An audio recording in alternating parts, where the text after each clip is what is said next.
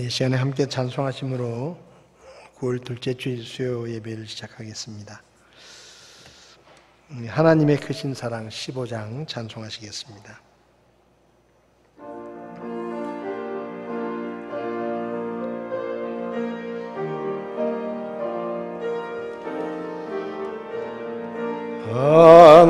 하나님의 크신 사랑 하늘에서 내리사 우리 맘에 항상 계셔 온전하게 하소서. 우리 주는 자비하사 사랑 무한하시니 두려워서 떠는 자를 구원하여 주소서.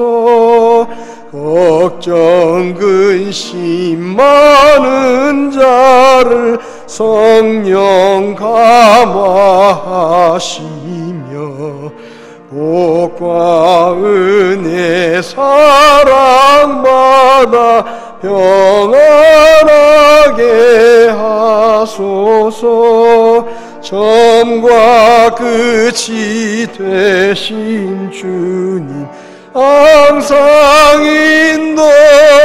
인도하셔서 마귀 유혹받는 것을 속히 끊게 하소서. 전능하신 아버지여 주의 능력 주시고 우리 맘에 임하셔서 떠나가지 마소서. 주께 영광 항상 돌려 천사처럼 섬기며 주의 사랑 영영토록 찬송하게 하소서. 우리들이 거듭나서 의미 없게 하시고 주의 크신 구원받아 온전하게 하소서. 영광에서 영광으로 천국까지 이르러 크신 사랑 감격하여 경배하게 하소서. 아멘. 우리 다음 찬송은 211장 찬송하시겠습니다.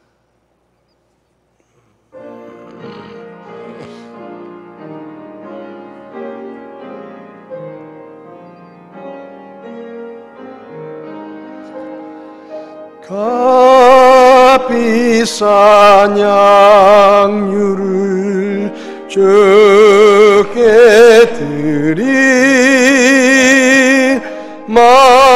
막달라 마리아 본받아서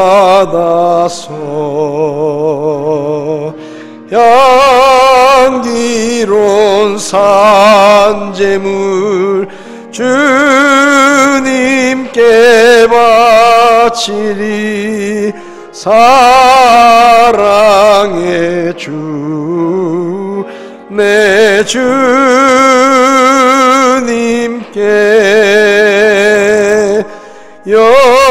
연약한 자에게 힘을 주고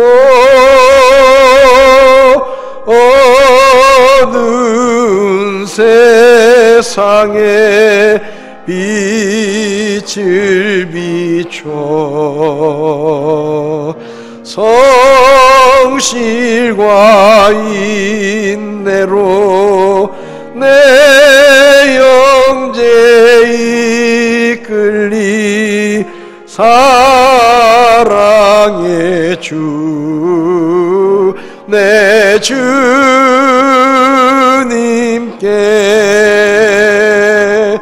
두려운 마음에 소망 주고 슬픔에 쌓인 자 위로하며 길 잃은 자들을 친절히 이끌리 사랑의 주 내 주님께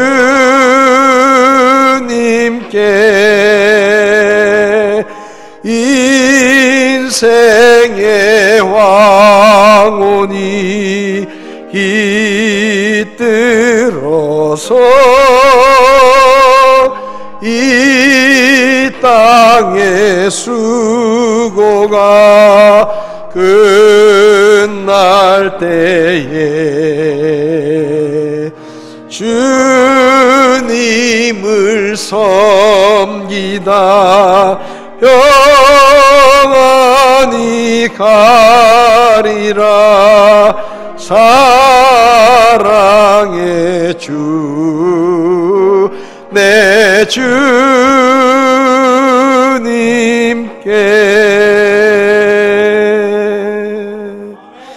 아멘. 신장훈 집사님 나오셔서 기도해 주시겠습니다.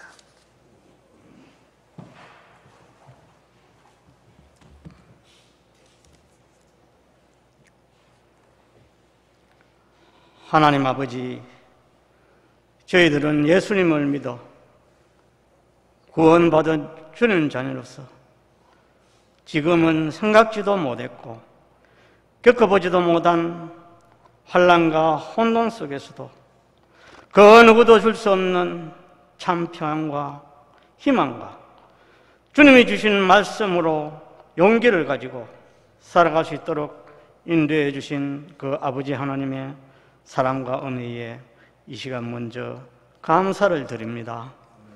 아버지 하나님, 이번 코로나19 사태로 인하여 주님 자녀들이 다 함께 모여서 예배를 드리지 못함으로 인해 이 시간에는 영상을 통해서 각자 있는 처소에서 찬송과 기도와 말씀으로 하나님께 예배를 드리오니 주님 홀로 영광받아 주시옵소서. 아버지 하나님, 이 시간 기도하는 것은 먼저 외지에서 생활하는 가족들과 군 복무 중인 형제와 자녀들에게는 타지에서 생활할 때에 아무 사고 없이 건강하게 주님 안에서 승리하는 삶을 살아갈 수 있도록 아버지께서 인도해 주시옵소서. 아버지 하나님, 오늘 영상을 통해서 말씀을 전하시는 우리 담임 목사님에게 영육간에 늘 강건케 해주시고 성령 충만케 해주셔서 언제 어디에서나 주님의 말씀을 그대로 잘 전가할 수 있도록 아버지께서 인도해 주시고 이 시간에도 주님의 말씀을 잘 전가할 수 있도록 인도해 주시옵소서. 아버지 하나님, 저희들은 목사님을 통하여 선포하시는 주님의 말씀을 마음판에 깊이 새겨 말씀으로 잘 무장된 주님의 자녀로서 이 어려운 시기에 질병과 모든 유혹들을 물리치고 다음 대의 예수 그리스도를 자랑하고 증거하는 삶을 살아갈 수 있도록 아버지께서 인도해 주시옵소서. 저희들이 기도하면 항상 최상의 것으로, 가장 좋은 것으로 기도 응답해 주시는 하나님 아버지, 오늘 저녁 영상 예배를 드리는 주님 자녀들의 간절한 기도 제목이 하나하나 응답받음으로 인해서 매 순간 주님의 사랑을 체험하면서 살아가는 삶, 아프지 않고 건강함으로써 주님의 향기를 드러내는 삶을 살 수 있도록 아버지께서 인도해 주시옵소서. 아버지 하나님, 이번 코로나19 역병 사태가 장기간 계속됨으로 인해서 물질적으로 많은 어려움을 겪고 있는 우리 주님 자녀들과 미자립교회와 선교사님들에게 필요한 물질을 하나님 아버지께서 풍성히 채워주셔서 주님을 섬기며 생활하는데 어려움을 겪지 않도록 아버지께서 도와주시옵소서. 아버지 하나님, 주님의 몸된 교회인 대구 성서 침례교회와 개척교회인 혁신성서 침례교회에서 주님을 알지 못하는 불쌍한 영혼이 복음을 듣고 구원받는 영혼이 계속해서 교회에 대해지도록 아버지께서 역사해 주시옵소서. 아버지 하나님, 이번 코로나19 역병 사태가 하루속히 끝나게 해 주셔서 주님 자녀들이 마음 놓고 다 함께 모여서 평안하게 주님께 예배를 드리고 서로 간의 사랑의 교제를 나눌 수 있도록 아버지께서 인도해 주시옵소서. 이 모든 말씀 예수님의 이름으로 기도했습니다. 아멘.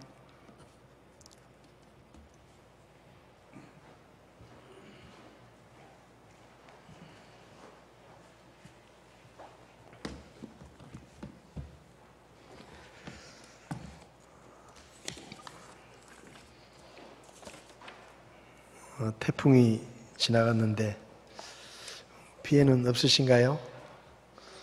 대구는 그래도 태풍이 지나가도 크게 피해가 없어서 참 하나님 앞에 감사를 드립니다. 부산이나 또 동해안 지역 이런 쪽은 피해를 많이 입었더라고요. 코로나 때문에도 힘든데 또 태풍 때문에 또 피해를 입은 그런 교회들 또 국민들에게 하나님의 특별한 위로하심이 있도록 기도해 주시기 바랍니다. 코로나 사태가 참 이게 언제까지 갈지 좀처럼 짐작하기가 어려운 것 같습니다. 우리나라는 조금씩 나아지고 있지만 전 세계적으로 보면 우리가 상상할 수도 없을 만큼 매일마다 환자들이 나오고 또 사망자들이 늘어가는 것을 볼 때 참 하나님께서 왜 이런 일을 허락하셨을까를 생각하게 됩니다. 분명한 것은 주님이 다시 오실 때가 점점 가까워지고 있다는 것이고 또 그럴 때일수록 우리가 믿음 안에서 깨어서 주님 맞을 준비를 잘 해야 된다 그런 생각을 하게 됩니다. 태풍이 불고 코로나 사태가 이렇게 막 터지니까요. 무슨 생각이 드는가 하면 하나님께서 예수 믿는 사람들 이 세상에 대한 미련을 떼기 위해서 정을 떼시려고 이렇게 하시나 그런 생각도 해봤습니다. 어찌됐든 어려움을 당하는 또 교회들 또 여러분들이 많이 있는데 특별히 기도해 주시고 선교사님들 위해서도 기도가 필요한 것 같습니다. 교회 안에 몸이 좀 불편하신 분들 또 연로하신 분들 건강을 잘 지킬 수 있도록 기도해 주시면 좋겠습니다. 태풍이 또 올지 모른다 그런 이야기도 있는데 어쨌든 올해는 하여튼 여러 가지로 이상한 해다라는 생각이 듭니다. 아까 잠깐 그 인터넷으로 뉴스를 보니까 미국의 덴버라는 데가 지금 35도, 36도 이렇대요, 온도가. 근데 한 이틀 있다가 영하 2.2도로 떨어지고 눈이 20cm 정도 온다고. 그러니까 하루 만에 온도가 거의 40도 정도 이렇게 차이가 나버리는 참 이 지구가 왜 이럴까 생각을 하게 됩니다. 여러 가지로 어쨌든 참 이런 불규칙한 일들이 많이 일어나는데 자연재해도 그렇고요. 어쨌든 우리가 이럴 때일수록 더 믿음 안에서 깨어 있어서 하나님의 도우심을 구하고 하나님께서 도와주지 않으면 참 하루도 우리가 하루가 아니라 1시간도 살 수가 없겠다 그런 생각을 해봅니다. 오늘 하나님의 말씀은 누가복음 21장에 있는 말씀을 같이 보시겠습니다. 우리 자리에서 일어나셔서 누가복음 21장 1절부터 4절까지 말씀을 보시겠습니다. 우리 한 목소리로 같이 읽도록 하겠습니다. 그분께서 위를 보시며 부자들이 성전 보고에 예물을 넣는 것을 보시고 또 어떤 가난한 과부가 거기에 2렙돈을 넣는 것도 보시니 이르시되 진실로 내가 너희에게 이르노니 이 가난한 과부가 그들 모두보다 더 많이 넣었도다. 이들은 다 풍족한 가운데서 하나님의 헌물로 넣었거니와 그 과부는 빈궁한 가운데서 자기가 가진 생활비 전부를 넣었느니라 하시니라. 아멘. 자리에 앉으시겠습니다. 잠시 기도하겠습니다.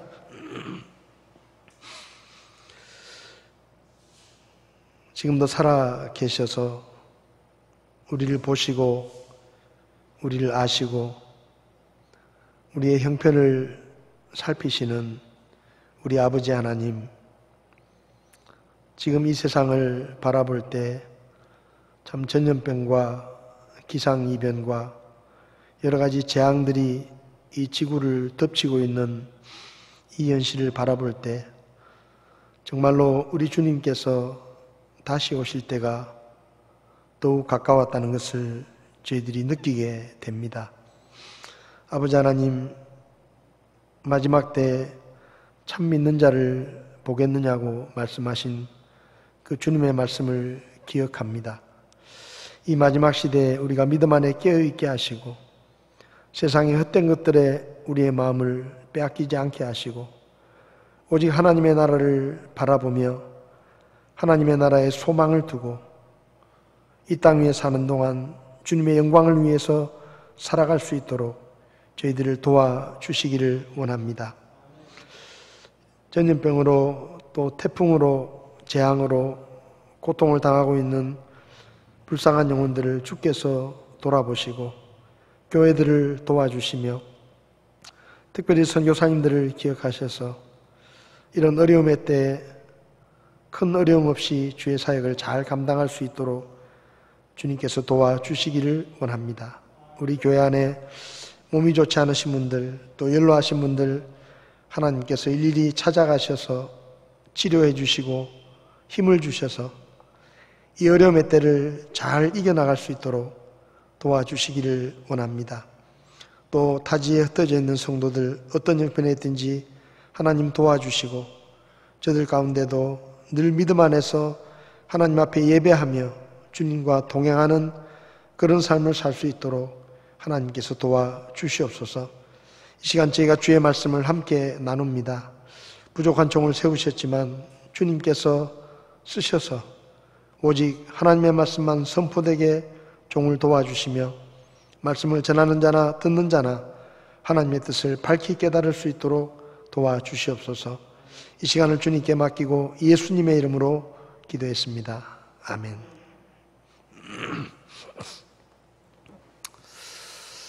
여러분은 돈 좋아하십니까? 돈 싫다는 사람 없죠, 그죠? 요즘 나라에서 재난지원금을 주는데 1차 때는 전 국민을 대상으로 줬는데 2차 때는 이제 피해를 특별히 많이 입은 분들을 선별해서 이렇게 지급을 한다 그러니까 말이 많습니다. 뭐 누구는 주고 누구는 안 주냐 이렇게 또 불평하는 분들도 계시고, 그러니까 이 돈은 아무리 많이 있는 사람이라도 돈이 좋은가 봐요.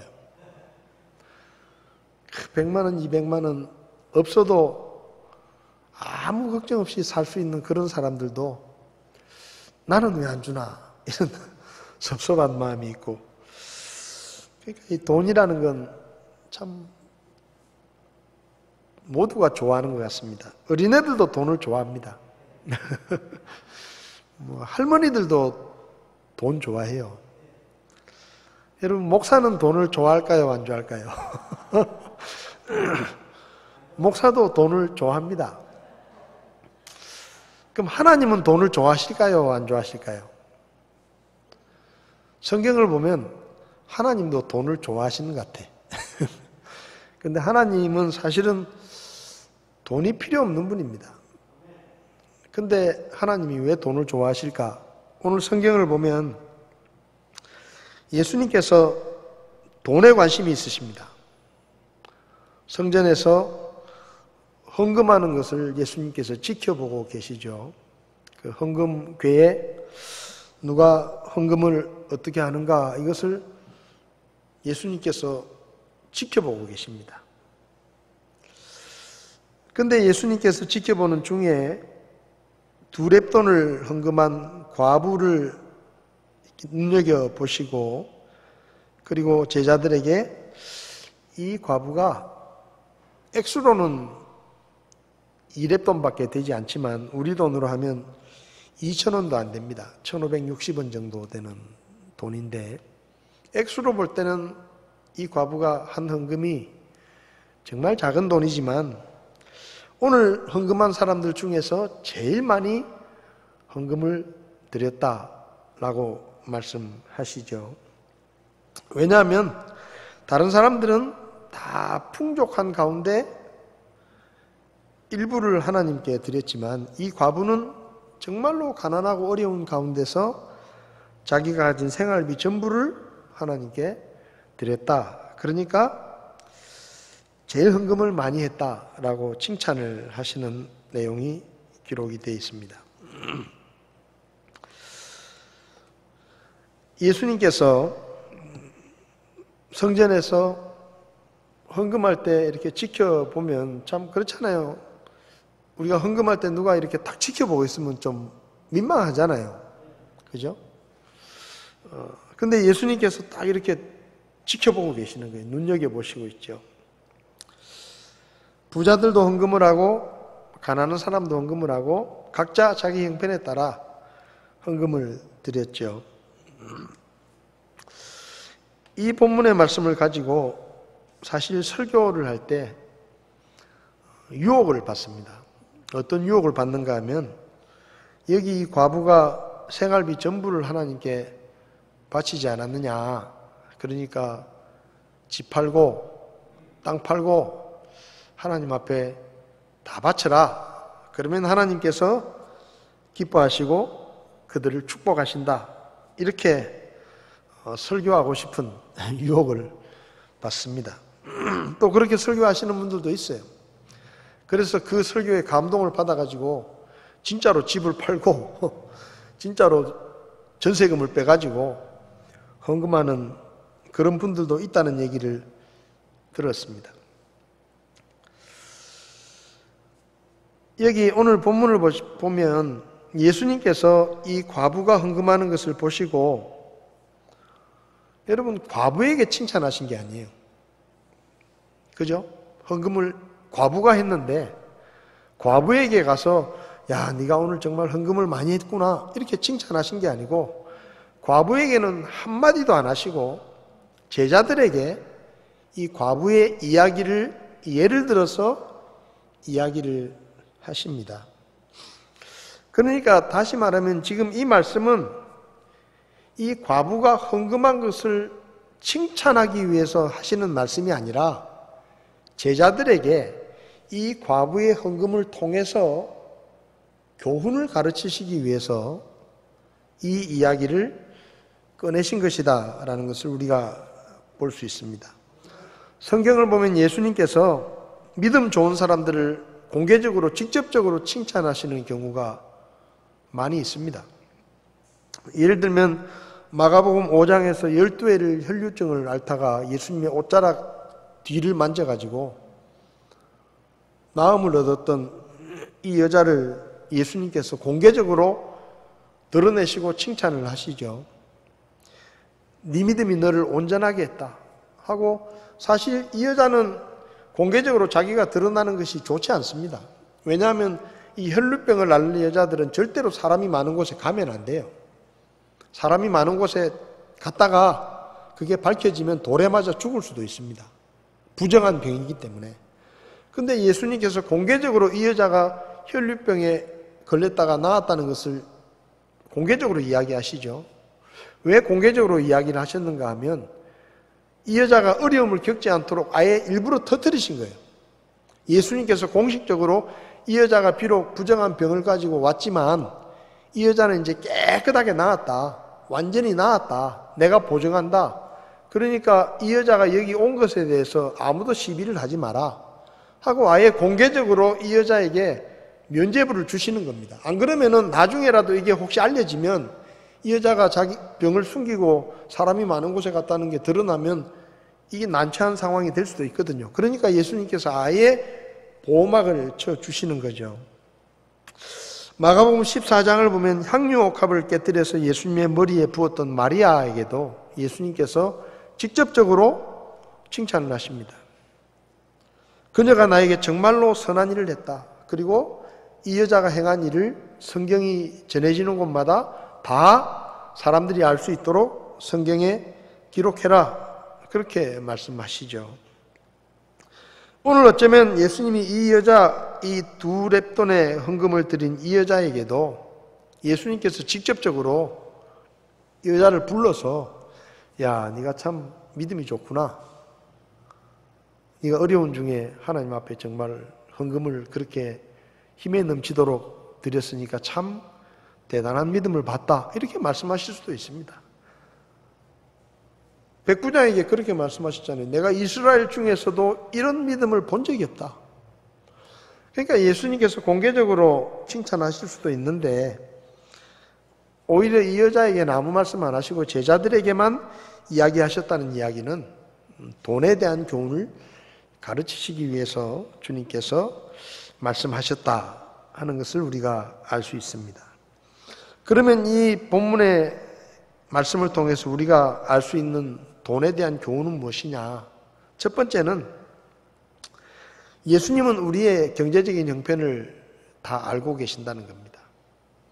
이 성경을 보면 1절에 그분께서 위를 보시며 부자들이 성전 보고에 예물을 넣는 것을 보시고 어떤 가난한 과부가 거기에 2렙돈을 넣는 것도 보시고 물론 우리가 겉모습을 그 사람이 하고 다니는 겉모습을 보면 대충은 짐작할 수 있습니다. 그죠?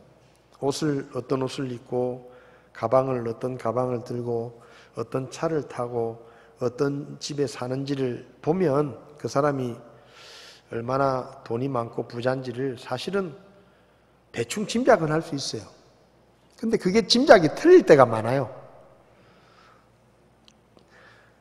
분명히 아주 명품 옷을 입고 명품 백을 들고 나왔는데 빚만 가득한 빚쟁이일 수도 있고 허름한 차를 타고 나왔는데 엄청난 부자일 수도 있습니다. 우리는 그게 분간이 안 돼요. 주로 우리는 겉모습만 보기 때문에 속을 때가 많아요. 그래서 제가 예전에 기업하시는 분들 이야기를 들어보면 계약서를 쓰러 갈 때는 외제차 비싼 차를 빌려가지고 타고 간대요. 왜냐하면 그 허름한 차를 타고 가면 이 사람이 별로 돈이 없는 사람이구나 생각이 돼가지고 계약을 안 할 수도 있는데 계약서 쓸 때 좋은 차를 타고 기사 딸려가지고 폼을 탁 잡고 호텔에 나타나가지고 그리고 아주 고급 차를 타고 딱 오면 저 사람은 사업이 잘 되는 모양이다. 돈이 많은 모양이다. 그러니까 우리가 계약을 해도 우리가 손해볼 일은 별로 없겠다. 믿을만 하겠다. 이렇게 생각한다는 거죠. 근데 그게 딱 맞는 건 아니에요. 오늘 예수님께서 사람들이 헌금하는 것을 보십니다. 근데 예수님은 그 헌금하는 사람들을 보시고 누가 부자인지, 누가 가난한 사람인지, 누가 얼만큼 헌금을 했는지, 얼마나 어떤 형편에 사는지를 다 아십니다. 다 아셔요. 과부에게 2렙돈이 그녀가 가진 생활비 전부라는 것도 예수님은 아십니다. 안 물어봐도 아시는 거예요. 이게 전부냐? 안 물어봐도 주님은 아시는 거예요.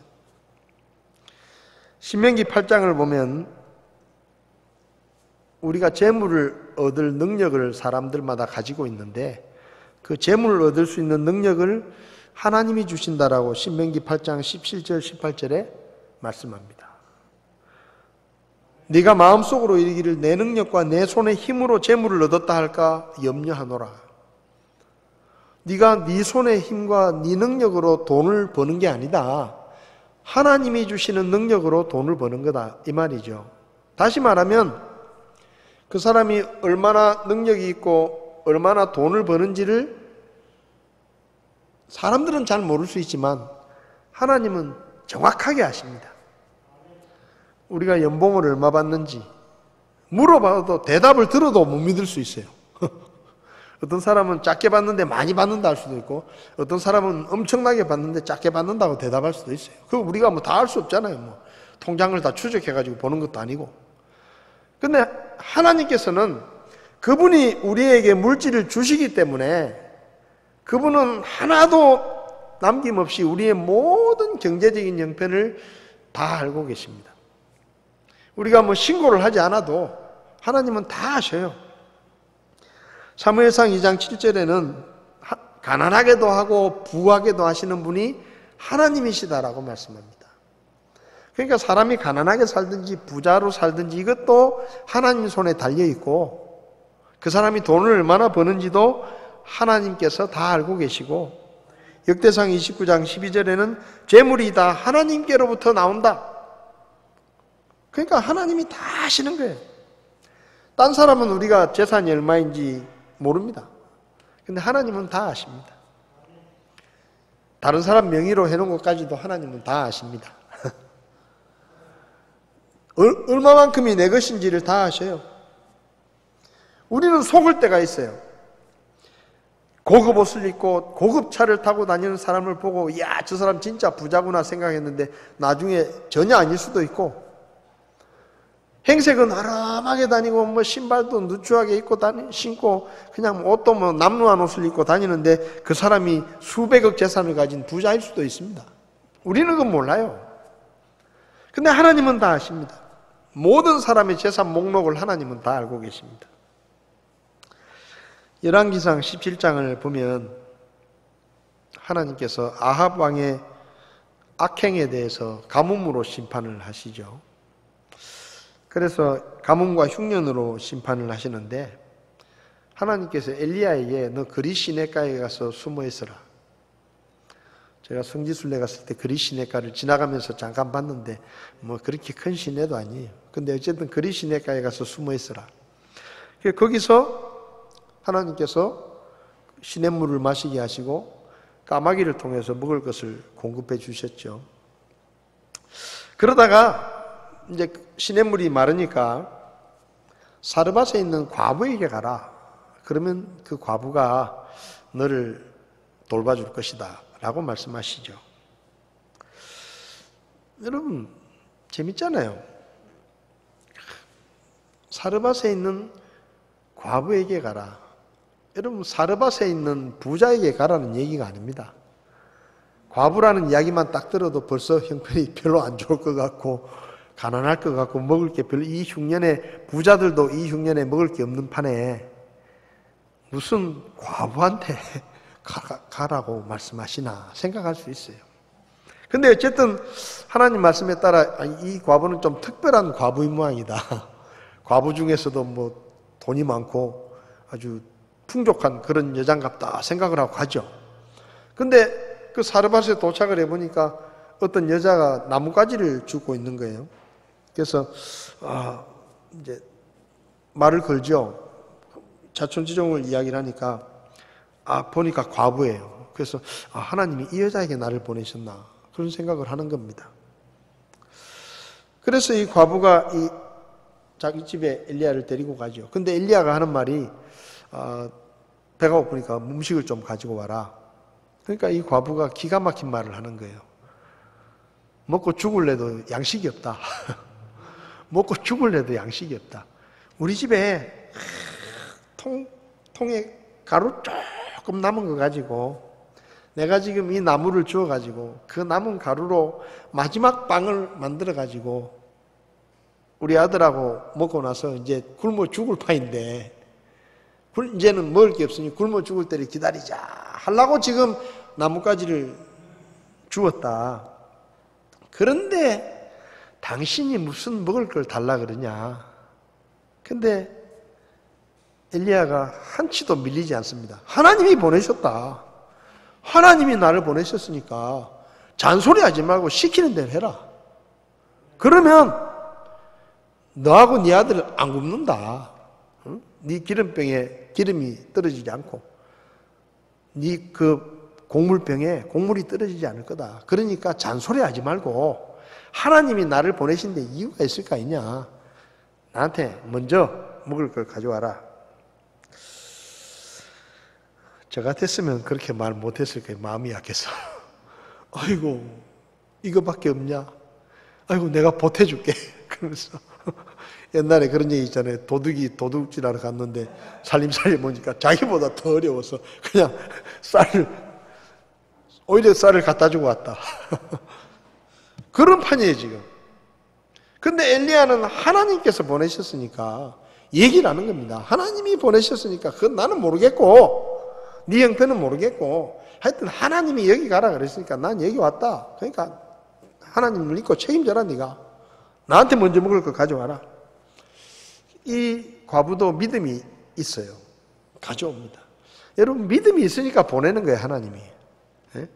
이 과부가 그렇게 엘리야가 이야기를 할 때 믿음이 있으니까 그걸 할 만한 믿음이 있으니까 하나님이 그 믿음에 축복을 하시려고 이 하나님의 사람을 보내신 겁니다.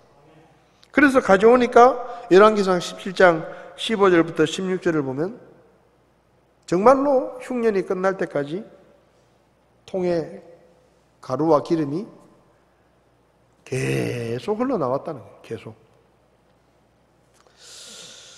여러분 하나님께서 엘리야를 먹이기 위해서 이 과부에게 보낸 게 아닙니다. 이 과부와 그 아들을 그들의 믿음을 보시고 하나님께서 축복하시기 위해서 엘리야를 선물로 보내신 거예요. 그리고 그 하나님의 축복을 받을 만한 믿음이 있었기 때문에 이 여인이 하나님의 축복을 받은 것입니다. 여러분 하나님이 우리 형편을 다 알고 계십니다. 있으면 있는 대로, 없으면 없는 대로, 가난하면 가난한 대로, 부자면 부한 대로 하나님은 다 알고 계세요. 하나님께서 내 형편에 무관심하다고 생각하지 마시기 바랍니다. 내가 좀 먹고 사는 게 힘들면 하나님이 왜 나는 돈을 안 주시나? 나는 왜 이렇게 하는 일마다 안 되나? 나는 왜 이렇게 힘드나? 이렇게 생각할 수 있습니다. 하나님이 나를 모른 척 하나?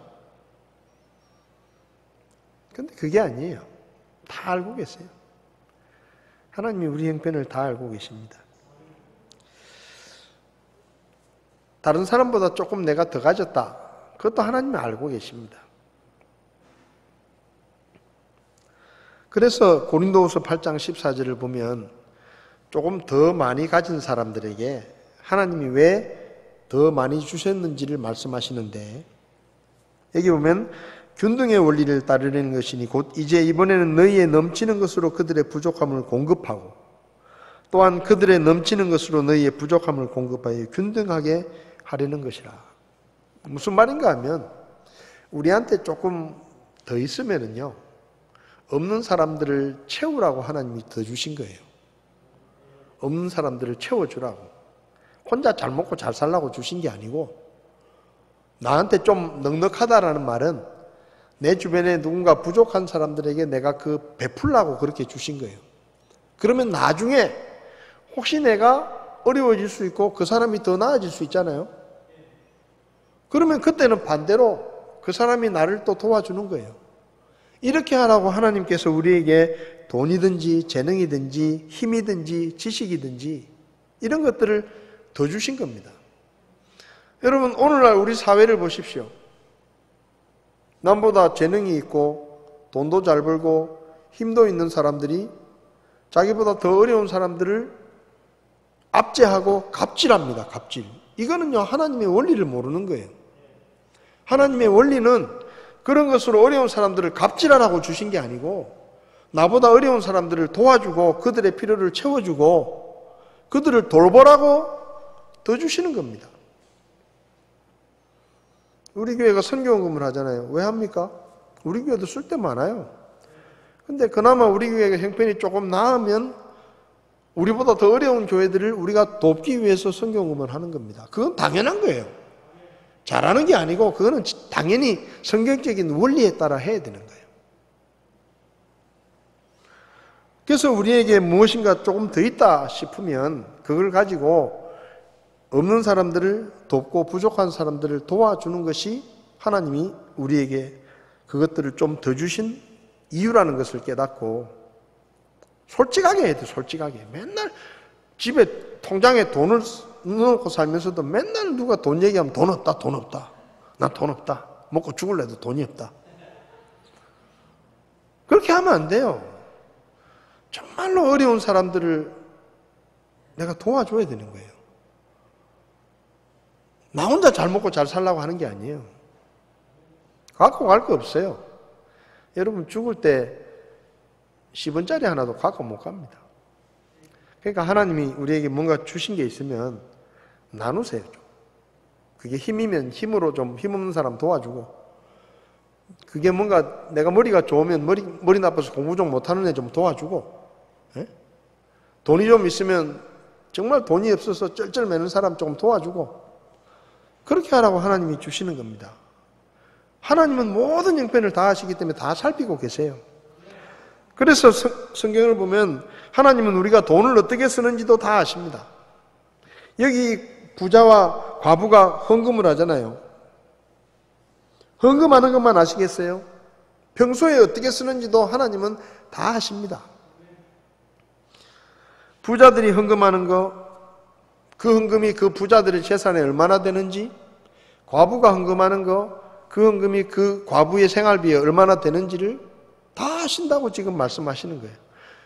제자들은 모릅니다. 과부가 2,000원도 안 되는 돈을 헌금하는데 그 돈이 그 과부가 가진 재산 중에 얼마나 되는지를 제자들은 몰라요. 근데 예수님은 단번에 아시는 거예요. 저 여자는 오늘, 저 과부는 자기 생활비 전부, 오늘 생활비 전부를 다 바쳤다. 여러분, 우리가 돈을 어떻게 쓰는지 하나님은 아십니다. 대부분 우리에게 돈의 문제가 생기는 이유 중에 상당한 경우는요, 우리가 돈을 지혜롭게 못 써서 그래요. 하나님이 주시는 게 정말 부족해서라기보다는 하나님이 주시는 것들을 지혜롭게 잘 사용하면 생활을 얼마든지 할 수 있는데, 근데 그걸 지혜롭게 사용하지 않고 되는 대로 그냥 써버리는 거예요. 자기 분수에 넘치게 써버리고. 그러니까 늘 어려운 거예요.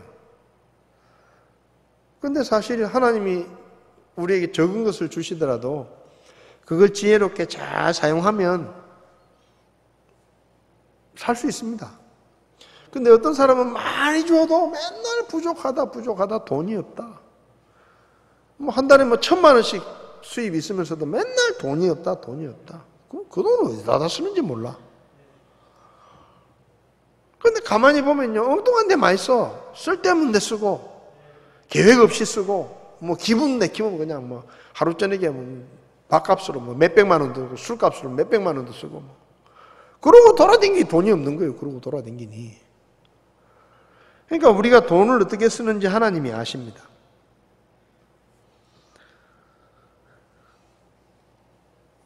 하나님은 특별히 우리가 쓰는 돈 중에 하나님을 위해 쓰는 돈에 관심이 있으십니다. 여기 예수님께서 지금 이 부자나 과부의 평소에 돈 씀씀이를 이야기하시는 게 아니잖아요. 부자가 저 부자는 평소에 돈을 어떻게 쓰고 집을 어떻게 쓰고 옷을 어떻게 입고 다니고 이런 거 관심 없어요.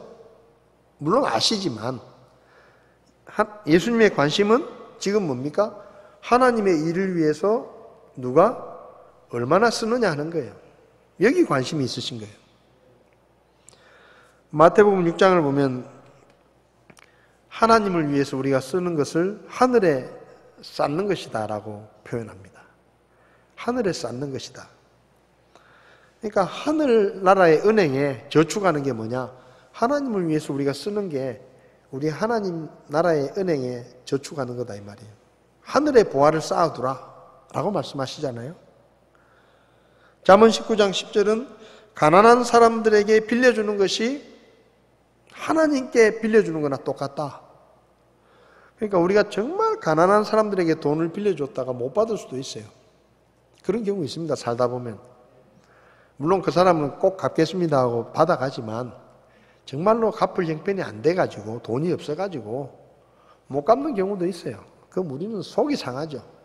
나도 어려워 죽겠는데 돈 빌려가더니 돈도 제때 주지도 않고 막 속만 새기고 그런 경우 있습니다. 물론 돈이 있으면서 안 갚는 건 나쁜 놈이죠. 그거는. 돈이 있으면서도 일부러 안 갚는 거는 그거는 진짜 악한 거지만은 정말 자기 딴에는 열심히 살아가지고 뭐 돈 갚아 보겠다고 몸부림을 치는데 하는 일이 잘 안 돼가지고 돈을 못 갚을 수도 있어요.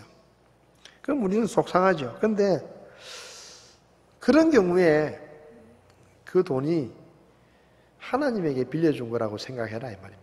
하나님에게 빌려준 거다. 잠언 19장 17절에 그랬어요. 그가 베푼 것을 그분께서 그에게 다시 갚아주실 것이다. 하나님이 빌려간 것도 아닌데 왜 하나님이 갚아줍니까? 하나님께 빌려준 거나 똑같다 이 말이에요. 왜 하나님께서 우리가 돈을 쓰는데 관심이 있으시냐? 돈이 있는 곳에 우리 마음이 있기 때문에 그래요. 돈이 있는 곳에 우리 마음이 있어요. 마태복음 6장 21절에 너희 보물이 있는 곳에 거기 너희 마음도 있다.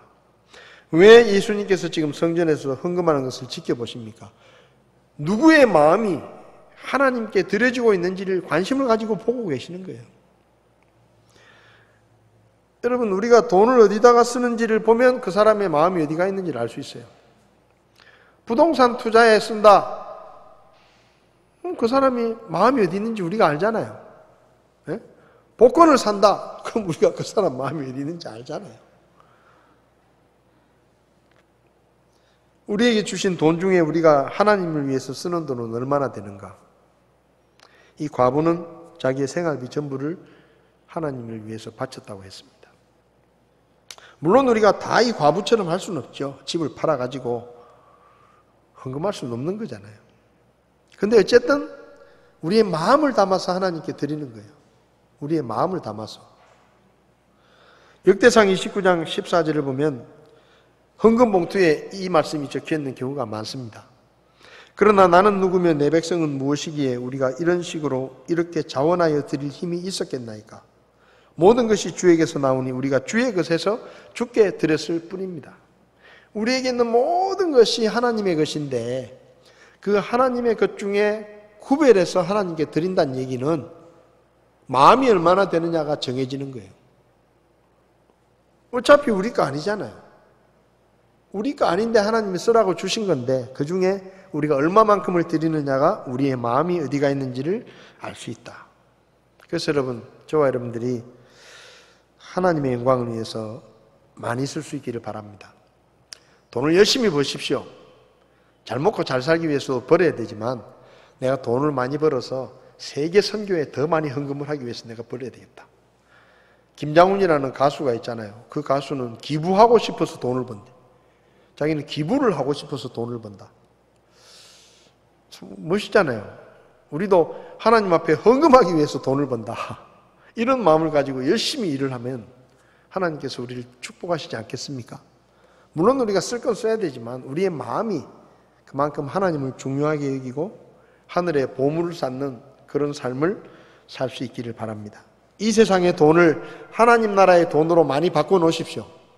그럼 나중에 하나님 나라에 갈 때 여러분들이 부끄러움을 당하지 않습니다. 또 오늘 본문에서 우리가 볼 수 있는 것은 하나님은 우리의 모든 형편을 아시고 우리가 돈을 어떻게 쓰는지도 아시기 때문에 하나님은 우리의 필요를 채우신다는 거예요. 여기 오늘 본문에서 여러분에게 한 가지 물어보겠습니다. 예수님이 보셨죠, 그죠? 과부가 두 렙돈밖에 없는데 그 두 렙돈을 다 헌금했습니다. 그럼 뭐예요? 과부는 뭐 먹고 살아요? 생활비 다 헌금했잖아요. 뭐 먹고 살죠? 자, 여러분 생각해 보세요. 사람이라고 생각해서 그냥 하나님이 아니라 사람이라고. 어떤 사람이 나한테 내가 어려울 때 나를 도와주는 거예요. 근데 그 사람이 100만 원밖에 없는데 내가 어려운 걸 알고 100만 원을 다 가져와가지고 자기 먹을 것도 없는데 100만 원을 다 내 앞에 주면서 내가 도와주고 싶으니까 가지고 왔다고. 그러고 도움을 준다고 생각해 보세요. 여러분 마음에 무슨 마음이 들겠어요? 예? 무슨 마음이 들겠어요? 얼마나 고맙겠어요? 자기 먹을 것도 없는데 자기 애들 먹일 것도 안 남겨두고 다 통째로 들고 와가지고 나한테 내밀면 무슨 생각이 들겠어요? 정말 고맙다. 또 하나는 내가 이건 꼭 갚아야지. 이런 마음이 들잖아요. 저런 마음으로 나를 도와주는데 내가 이건 꼭 갚아야지. 1,000만 원 있는데 10만 원 빼가지고 도와주는 게 아니잖아요. 100만 원밖에 없는데 그 100만 원 전부를 나한테 도와주는 거 아닙니까? 그럼 그게 얼마나 고맙고 그걸 얼마나 갚아야 되겠다는 마음이 들겠어요. 이 과부가 두렵던 자기 생활비 전부를 하나님 앞에 바친 것을 누가 보셨습니까? 예수님이 보시고 예수님이 지금 그 얘기를 제자들에게 합니다. 저는 개인적으로 이 과부가 그날 굶었을 거라고 생각 안 합니다. 그날 굶었을 거라고 생각 안 해요. 만약에 이 과부가 그날 있는 거 전부 헌금하고 그날 저녁에 굶었으면 하나님이 나쁜 거예요. 모르면 모르지만 다 아시잖아요, 지금. 예수님이 뻔히 아시잖아요. 저 과부는 지금 생활비 전부를 헌금했다. 그런데 그 과부가 그날 저녁에 먹을 게 없어가지고 굶었다. 저는 그렇게 생각하지 않습니다. 하나님께서 뭔가 특별한 방법으로 이 과부에게 필요를 채워주셨을 것이라고 저는 믿습니다. 저는 하나님을 그렇게 좋은 분이라고 생각해요. 그 과부의 두레돈을 날름 삼키고 모른 척하는 하나님이 아니라고 저는 믿습니다. 우리의 형편을 아십니다. 이 과부가 자기 생활비 전체를 하나님 앞에 드릴 수 있었던 이유 중에 하나는 전에도 아마 그런 적이 있을 거예요. 전에도 처음부터 다 드리겠어요. 전에도 드렸는데 자기가 어려운 중에 정말 하나님을 사랑하는 마음으로 헌금을 했는데 하나님께서 특별한 방법으로 도와주시는 거예요. 이렇게 채워주시고 저렇게 채워주시고 그러니까 믿음이 더 커지는 거예요. 그래서 전체를 다 드린 거예요.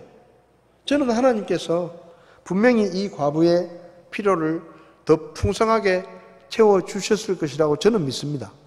제가 믿는 하나님은 그런 하나님이에요. 우리의 필요를 그분은 충분히 공급하실 수 있는 충분한 능력이 있고 충분한 돈을 가지고 계시는 분입니다. 빌립보서 4장 19절에 사도 바울이 빌립보 교회 성도들에게 그렇게 말하죠. 내가 복음을 전하기 위해서 선교를 시작했을 때 너희들이 내가 선교하는 그 처음 때부터 나에게 선교금을 보내줬다. 참 고맙다. 그러면서 이렇게 말해요. 내 하나님께서 그리스도 예수님을 통해 영광 가운데서 자신의 부요하심에 따라 너희의 모든 필요를 공급하시리라. 하나님이 부자예요. 하나님이 없어서 못 주시는 분이 아니에요. 그분을 위해서 돈을 쓰고 그분을 위해서 헌신하는 사람들을 하나님이 풍족하게 채워주신다라고 사도 바울은 말합니다. 여러분, 바울은 그런 믿음이 있었기 때문에 누군가가 자기에게 어려운 중에도 성경금을 보내주면 야 다음부터는 하지 마라 그런 얘기 안 했어요. 고맙다. 야 너도 어려운데 뭐 헌금하냐 이제 하지 마라 그런 얘기 안 해요. 고맙다. 근데 하나님이 갚아주실 거다. 하나님이 널 축복해 주실 거다. 그렇게 말해요. 그게 하나님의 원리예요. 우리가 어려운 중에 주님 앞에 믿음으로 드렸을 때 하나님은 우리의 필요들을 채워주시고 우리의 필요들을 공급해 주시는 분이십니다. 여러분, 하나님은 다 아십니다. 우리가 어떻게 사는지, 또 우리가 돈을 어디다가 어떻게 쓰고 있는지, 우리의 마음이 어디에 가 있는지 하나님은 다 아십니다. 그리고 무엇보다 하나님은 그분의 자녀들의 필요를 아시고 우리에게 공급해 주시는 분이십니다. 물론 하나님의 공급하심이 우리가 기대하는 만큼 다 채워지지 못할 수도 있어요. 그렇지만 그럼에도 불구하고 하나님은 우리의 쓸 것을 채우시고 우리의 먹을 것과 입을 것과 마실 것에 대해서 염려하지 말라고 말씀하셨습니다. 우리에게 필요를 공급하시는 하나님을 믿고 우리가 하나님이 주시는 재물을 지혜롭게 사용하고 하나님의 영광을 위해서 잘 사용하고 그리고 어려운 이웃들을 돕고 그리고 하나님의 채우심을 믿으면서 담대하게 그런 믿음의 삶을 저와 여러분들이 살 수 있기를 바랍니다. 기도하시겠습니다.